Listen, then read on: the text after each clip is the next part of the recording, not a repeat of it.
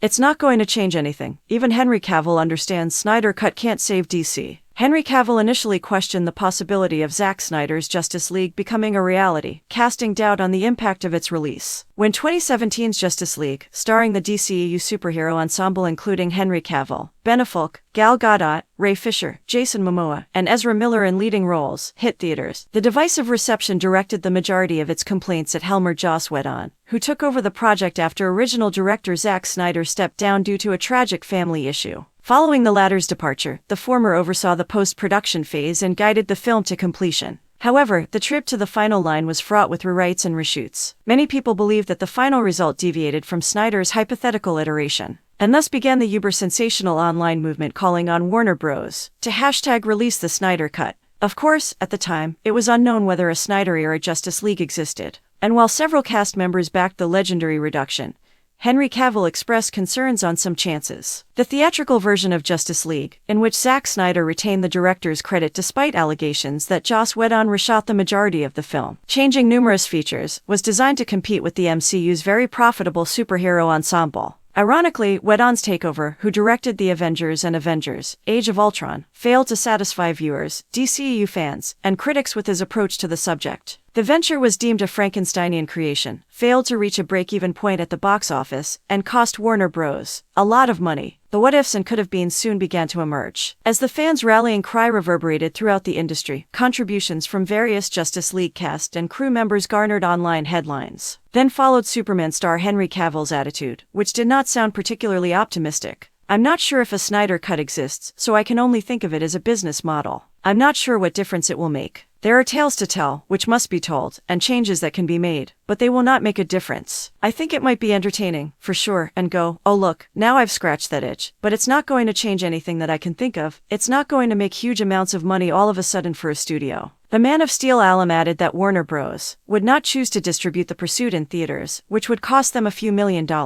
From a financial sense, Henry Cavill believed that the chances of Snyder Cut ever seeing the light of day were poor. Furthermore, he was unable to confirm his assumption that the rendition would change significantly over the course of the franchise, which fans would soon discover to be accurate. Nonetheless, at the heart of fans' advocacy for Zack Snyder's version of the picture was a desire to see the director's unrealized artistic vision, a ringing affirmation of their faith in him.